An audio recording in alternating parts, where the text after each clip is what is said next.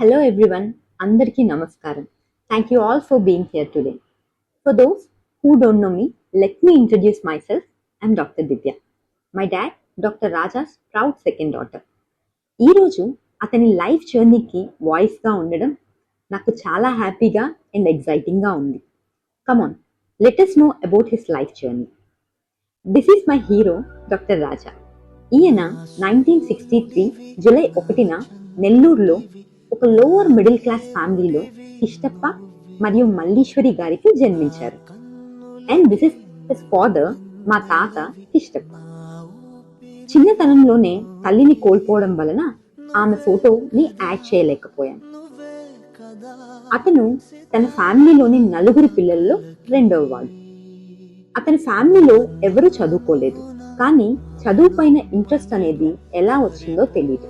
ఎలా చదివేవాడంటే, తన ఇంట్లో కరెంట్ ఫెసిలిటీ లేకపోయినా స్ట్రీట్ లైట్స్ కింద ఒక్కడే కూర్చొని చదివేవాడని మాత్రం మాతో చెప్పేవాడు. గవర్నమెంట్ స్కూల్లో చదువుతూ ప్రతి క్లాస్లో ఫస్ట్ వచ్చి టీచర్స్తో శబాష్ రాజా అని అనిపించుకునేవాడు. మొదట్లో తన చదువుకి అవసరమైన బుక్స్, పెన్స్ కొనడానికి కూడా మనీ ఉండేది కాదు. వాటి కోసం రకరకాల పనులు చేసేవాడట. తర్వాత వాళ్ళని వీళ్ళని పట్టుకుని నెల్లూరులోని మూలాపేటలో బాయ్స్ హాస్టల్లో జాయిన్ అయ్యారు. 10th క్లాస్లో స్కూల్ ఫస్ట్ వచ్చారు. తర్వాత ఇంటర్ కూడా ఫినిష్ చేసేశారు. అప్పుడు వచ్చింది అసలు ఆలోచన. నెక్స్ట్ ఏంటి, ఏం చేయాలి? గైడ్ చేయడానికి ఎవరూ లేరు, కానీ అక్కడితో ఆపాలని కూడా లేదు. సర్లే అనుకుని మన నెల్లూరు వెంకటగిరి రాజా కాలేజ్లో డిగ్రీ జాయిన్ అయిపోయారు. కానీ అది ఆయనకు అస్సలు నచ్చలేదు. ఏదో డిస్సాటిస్ఫాక్షన్.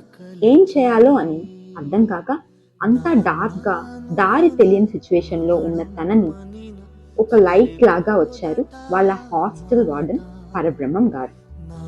ఆయన ఇచ్చిన ఒకే ఒక్క సలహా, ఏం రాజా, ఎంబీబీఎస్ ట్రై చేయొచ్చుగా, బాగుంటుంది అని. ఆ ఒక్క సలహా ఆయన జీవితాన్ని మార్చేసింది. ట్రై చేద్దాం, తప్పేముంది అని మొదలుపెట్టారు. అహోరాత్రులు కష్టపడ్డారు. ఏ కోచింగ్ లేకుండానే ఎంబీబీఎస్సి తిరుపతి శ్రీ వెంకటేశ్వర యూనివర్సిటీలో కొట్టేశారు. ఎంబీబీఎస్ జాయిన్ అయ్యాక ఫస్ట్ 2 years అటు స్టడీస్, ఇటు ఫ్రెండ్స్తో ఎంజాయ్ చేస్తూ ఎక్స్ట్రా కరికులర్ యాక్టివిటీస్లోనూ ముందుండేవారు. సెకండ్ ఇయర్ ఎండింగ్లో ఉన్నప్పుడు ఇంట్లో వాళ్ళు పెళ్లి చేసుకోమని ప్రపోజల్ తెచ్చారు.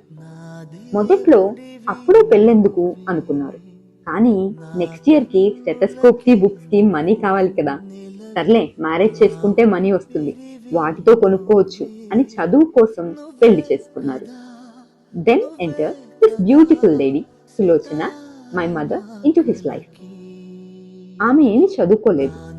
ఒక పేద కుటుంబంలో 3 పిల్లల్లో మొదటి కుమార్తె. పెద్దవాళ్ళ మాటలు విని ఆయన్ని పెళ్లి చేసుకుంది. కేవలం ఆయన మీద నమ్మకంతో అతని వెంట అడుగులు వేసింది. ఆ నమ్మకాన్ని ఆయన ఎప్పుడూ వమ్ము చేయలేదు. ఏ డైవర్షన్స్ లేకుండా ఎంబీబీఎస్ సక్సెస్ఫుల్ గా కంప్లీట్ చేసేశారు. అప్పటికే ఆయనకు ఒక పాప ఉంది, దీప్తి.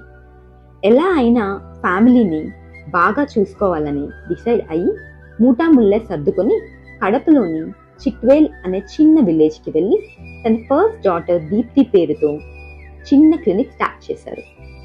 మొదట్లో తినడానికి కూడా ఫుడ్ సరిగ్గా ఉండేది కాదు, కానీ వారిద్దరే కష్టమైన నష్టమైన పంచుకుంటూ ఎవరి దగ్గర చెయ్యి చాచకుండా కేవలం ఆయన స్కిల్ అండ్ హార్డ్ వర్క్తో పేరు తెచ్చుకుని ప్రజల ఆదరణ పొందారు.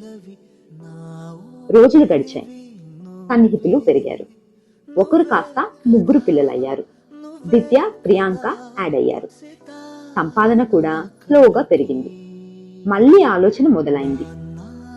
ఇలా ప్రైవేట్ ప్రాక్టీస్ ఎంతకాలం అని గవర్నమెంట్ జాబ్లోకి షిఫ్ట్ అయిపోయారు. అది కూడా అంత ఈజీగా ఏమీ రాలేదు. ప్రతిదీ కూడా ఆయన తన స్వయం కృషితోనే సాధించారు. ఎంబీబీఎస్ ఒక్కటే సరిపోదు అని పీజీ చేయాలని తన కూతురు 7th చదువుతుంటే తను పీజీ ఎంట్రన్స్ కి ప్రిపేర్ అయ్యి మళ్ళీ తిరుపతి శ్రీ వెంకటేశ్వర యూనివర్సిటీలో సీట్ కొట్టేశారు. ఇంకేముంది, ఫ్యామిలీతో మళ్ళీ చెలో తిరుపతి. ఈసారి కూతురు 10th ఫినిష్ చేస్తే ఆయన పీజీ ఫినిష్ చేశారు. తర్వాత ఎక్కడెక్కడికో ట్రాన్స్ఫర్ అవుతూ ఇక్కడ గూడూరులో వచ్చి పడ్డారు. పడ్డాక కొద్ది రోజులకి ఇదే నా అడ్డా అని ఫిక్స్ అయిపోయారు. ఒక పక్క ప్రొఫెషన్ని, మరో పక్క ఫ్యామిలీని ఈక్వల్ గా బ్యాలెన్స్ చేస్తూనే 22 years మన గూడూరులో తన జర్నీ కొనసాగించడమే కాకుండా తన ముగ్గురు కూతుర్లని కూడా డాక్టర్ చేయాలన్న తన కలను నెరవేర్చుకున్నారు. So whatever we are today, it is only because of my hero, my dad, my guide and my all-time inspiration, Dr. Raja. Today, please join your hands with us to celebrate his 30 years of journey, success and happiness. Thank you.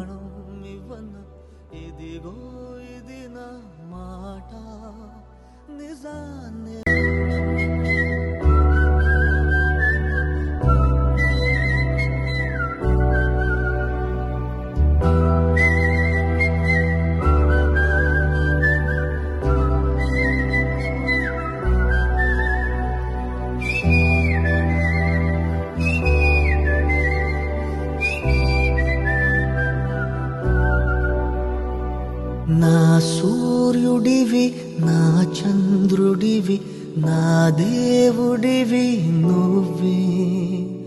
నా కన్నులకి నువ్వు వెన్నెలవి, నా ఊపిరివి నువ్వే. నువ్వే కదా, నువ్వే కదా సితార నా కలకి. నాన్నా నువ్వు నా ప్రాణం మనిన సరిపోదట మాట. నాన్నా నీకై ప్రాణం ఇవ్వన, ఇదిగో ఇది నా మాట. నిజాన్ని